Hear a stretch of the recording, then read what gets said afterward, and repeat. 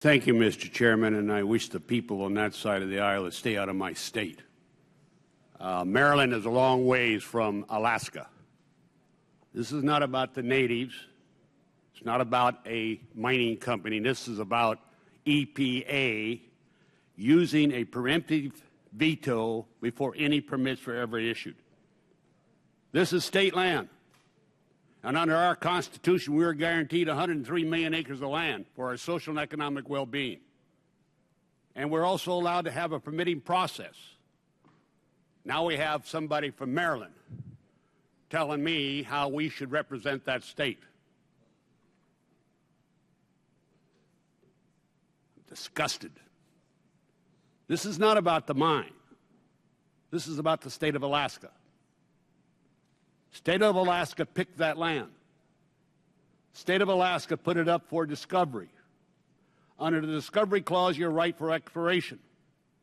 On the right of exploration, you have a right for development, if the permitting can be issued by the state.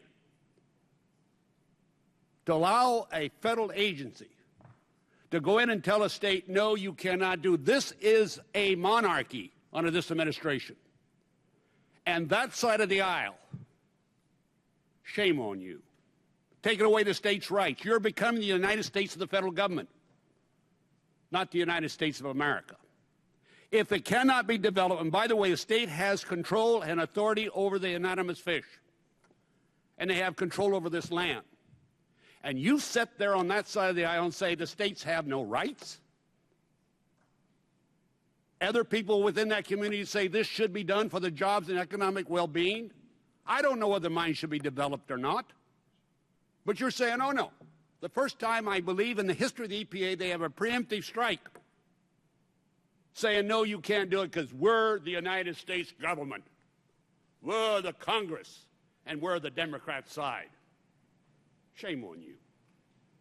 The state is against the EPA's actions. I'm against it. And most of the Alaska natives are against it because they have 44 million acres of land, too. And now will come the EPA, they'll come along when they want to develop their land, and we gave it to them for their social and economic well-being, and there'll be one of these little nice people from Maryland will say, oh, we can't do it because we have to protect our watershed. It is not your watershed. It is our watershed. It is Alaskans' watershed. It is Alaskans' people. I want you to think about this. This can happen to your state. We have to wake up in this Congress. We're allowing a president and previous presidents to take control over the Congress through their agencies. Their agencies are not following the law.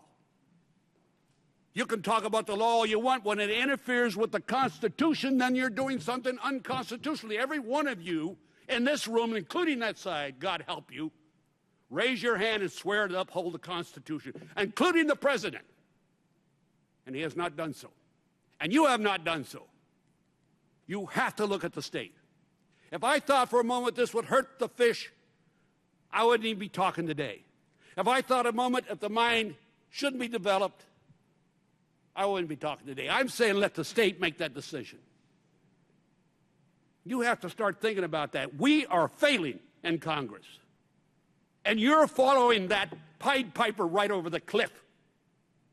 You're following right over the cliff, falling down and destroying the Constitution of the United States of America.